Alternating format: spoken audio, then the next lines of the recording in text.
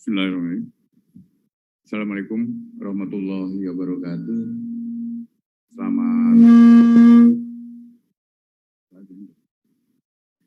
Selamat sore dan salam sejahtera buat kita semua. Rekan-rekan media yang saya hormati, pada kesempatan sore ini, tentunya di dalam bulan Ramadan, saya mengucapkan selamat menjalankan ibadah puasa.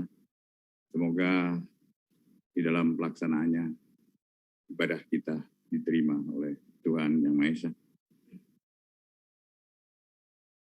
Perlu saya sampaikan bahwa beberapa waktu yang lalu ada arahan Presiden Republik Indonesia terkait beberapa peristiwa yang menyentuh hajat hidup masyarakat. Sepertinya masalah kelangkaan minyak goreng.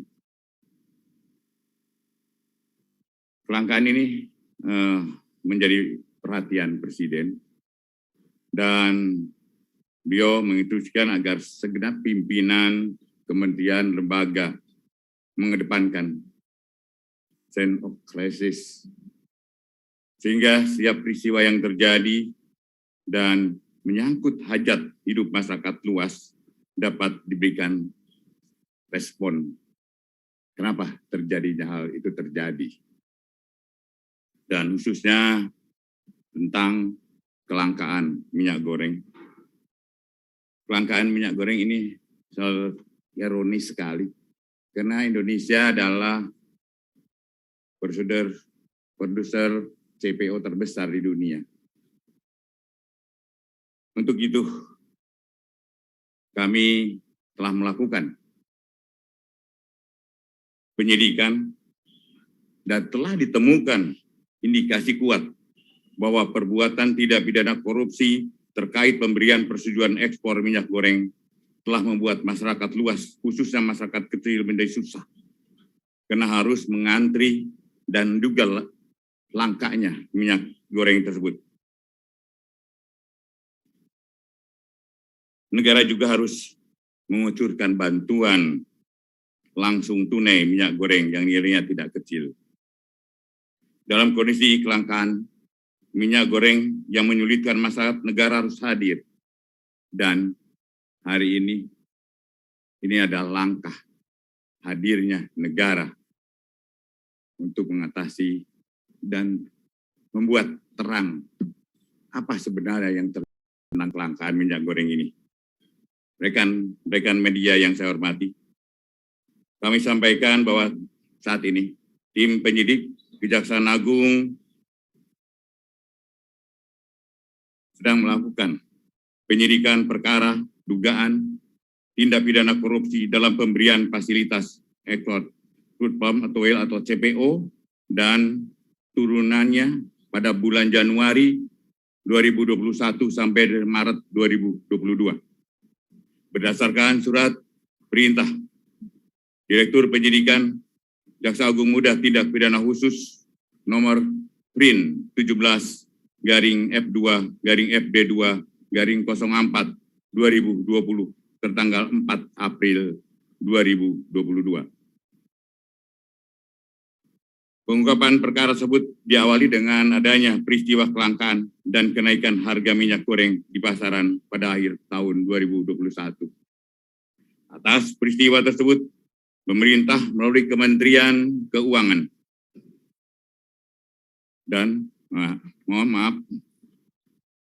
atas peristiwa tersebut, pemerintah melalui Kementerian Perdagangan telah mengambil suatu kebijakan menetapkan DMO serta DPO bagi perusahaan yang ingin melaksanakan ekspor CPO dalam produk turunannya serta menetapkan harga eceran tertinggi minyak goreng sawit. Namun dalam pelaksanaannya, perusahaan eksportir tidak memenuhi DPO, namun tetap memberikan persetujuan ekspor. Atas perbuatan tersebut diindikasikan dapat menimbulkan kerugian keuangan negara atau perekonomian negara. Berdasarkan laporan hasil penyidikan ditemukan alat bukti permulaan yang cukup, yaitu kami telah memeriksa 19 orang saksi, 596 dokumen dan surat terkait lainnya, serta keterangan ahli. Dengan telah ditemukannya alat bukti yang cukup, yaitu minimal 2 alat bukti, sebagaimana dimaksud di dalam pasal 184 ayat 1 Kitab Undang-Undang Hukum Acara Pidana. Maka pada hari ini, Selasa tanggal 19 April 2022, jaksa penyidik telah menetapkan tersangka dengan perbuatan melawan hukum. Yang dilakukan tersangka adalah 1. Adanya permufakatan antara pemohon dengan pemberi izin dalam proses penerbitan persetujuan ekspor. Kedua, dikeluarkannya persetujuan ekspor kepada eksportir yang seharusnya ditolak. Ditolak izinnya karena tidak memenuhi syarat, yaitu telah mendistribusikan CPO atau RBD palm oil tidak sesuai dengan harga persetujuan dalam negeri atau DPO. Tidak mendistribusikan CPO dan RBD ke dalam negeri sebagaimana kewajiban di dalam DMO, yaitu 20% dari total ekspor. Tersangka ditetapkan 4 orang. Yang pertama, pejabat eselon 1 pada Kementerian Perdagangan bernama IWW, Direktur Jenderal Perdagangan Luar Negeri, Kementerian Perdagangan. Dengan perbuatan tersangka telah menerbitkan secara melawan hukum persetujuan ekspor terkait komoditi crude palm oil atau CPO dan produk turunannya kepada Permata Hijau Group, Wilmar Nabati Indonesia, PT Multimas Nabati Asahan, dan PT Musim Mas. Sementara itu, tersangka lainnya yaitu SMA, Senior Manager Corporate Affairs Permata Hijau. 2. Tersangka MPT, Komisaris PT Wilmar Nabati Indonesia. 3. Tersangka PT, General Manager Bagian General Affairs PT Musimas. 3 tersangka telah berkomunikasi secara intens dengan tersangka IWW, sehingga Permata Hijau Group, PT Wilmar Nabati, PT Multimas Nabati Asahan, PT Musimas untuk mendapatkan persetujuan ekspor. Padahal perusahaan-perusahaan tersebut bukanlah perusahaan yang berhak untuk mendapatkan persetujuan ekspor. Karena sebagai perusahaan yang telah mendistribusikan CPO atau RDB palm oil tidak sesuai dengan harga penjualan dalam negeri atau DPO. Juga sebagai perusahaan yang telah mendistribusikan CPO, RDB palm oil ke dalam negeri yang bukan berasal dari perkebunan. Perbuatan tersebut telah melanggar pasal 54 ayat 1 huruf A dan ayat 2 huruf A, B, C, ABE maksud saya, dan F Undang-Undang Nomor 7 tahun 2014 tentang perdagangan, Keputusan Menteri Perdagangan Nomor 129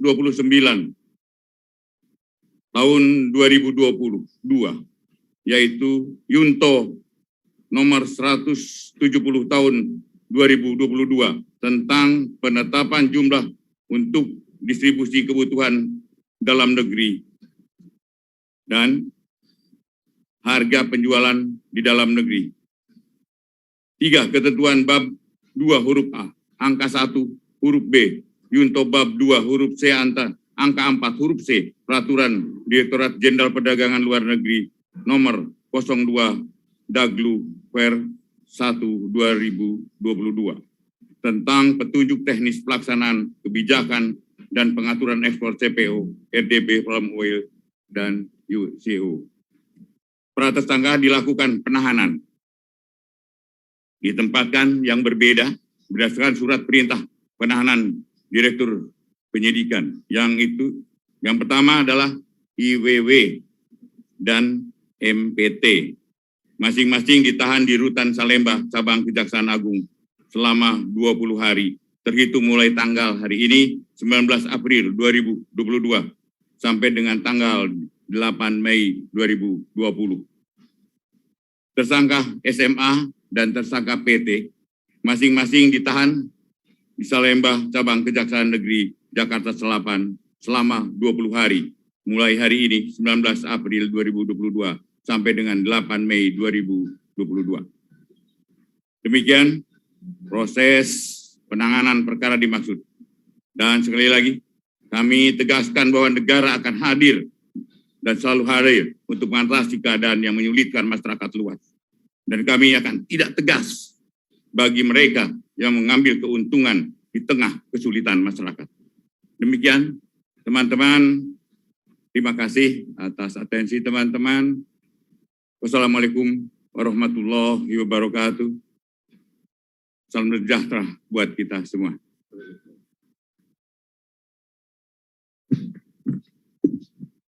Pak, izin kami TV One ingin menanyakan berkaitan dengan hasil konferensi pers tadi yang disampaikan mengenai barbuk awalnya ini seperti apa saja, Pak? Kemudian yang kedua, apakah mafia migor ini sudah bermain sebelum adanya kelangkaan migor? Dan juga tadi kan disebutkan ada 3 perusahaan swasta. Sebenarnya kan perusahaan swasta yang berkaitan dengan migor ini kan banyak juga, Pak. Mungkin ada lagi dari perusahaan swasta lainnya?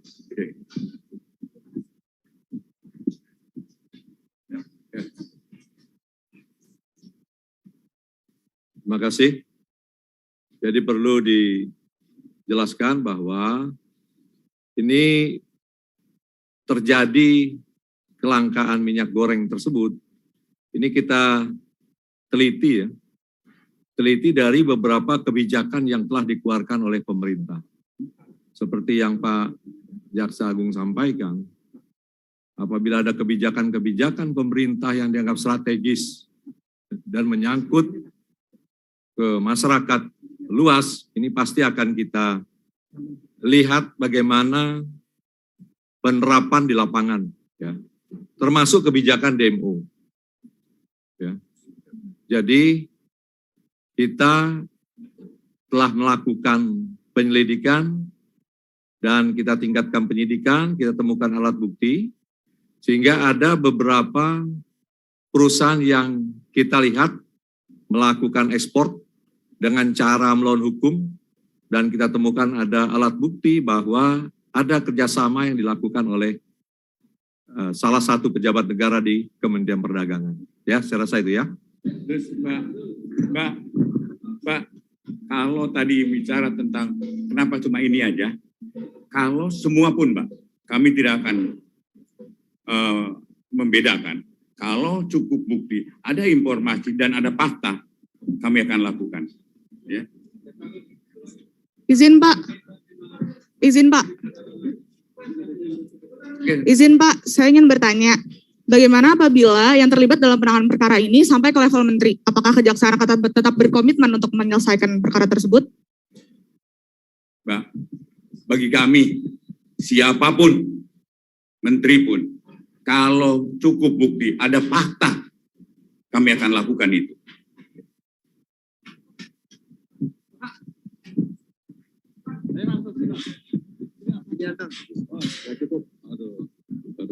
Assalamualaikum warahmatullahi wabarakatuh. Selamat sore Pak Jaksa Agung. Pertanyaannya sebenarnya sederhana saja. Kalau saya mencermati tadi penjelasan dari Pak Jaksa Agung, ini kan menyangkut kebijakan ekspor. Tentu tidak mungkin, barangkali menurut saya Pak Menteri tidak mengetahui itu. Pasti dirapatkan oleh Dirjen yang sudah jadi tersangka. Pertanyaannya, apakah Pak Menteri ini sudah dimintai keterangan penyidik sehingga terang benderang perkara ini? Terima kasih Pak. Assalamualaikum warahmatullahi wabarakatuh. Karena penyidikan ini kan baru mulai tanggal 4 dan kami akan dalami. Benar ini kebijakan dan kami akan dalami. Kalau memang cukup bukti, kami tidak akan melakukan hal-hal yang sebenarnya harus kami lakukan. Artinya, siapapun pelakunya, kalau cukup bukti, kami akan lakukan.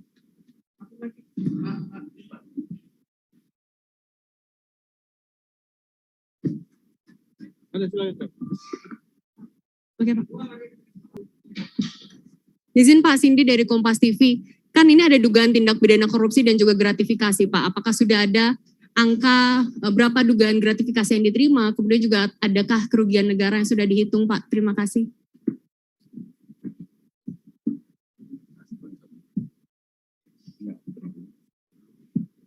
Ini Mbak, untuk perhitungan ya kerugian negara kita sedang dilaksanakan. Ya, kemudian kalau itu ada gratifikasi pasti akan dalami. Ya.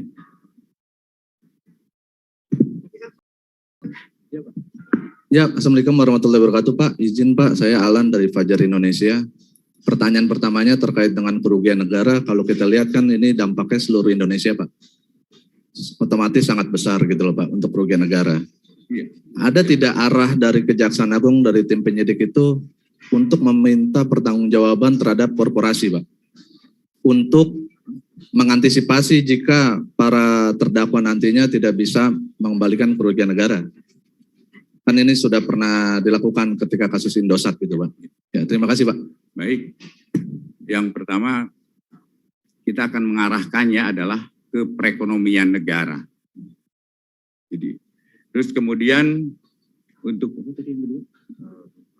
korporasi sangat mungkin itu, sangat mungkin untuk korporasi. Dan kami sudah perintahkan pada Jampisus, pada Dirdik untuk lakukan itu.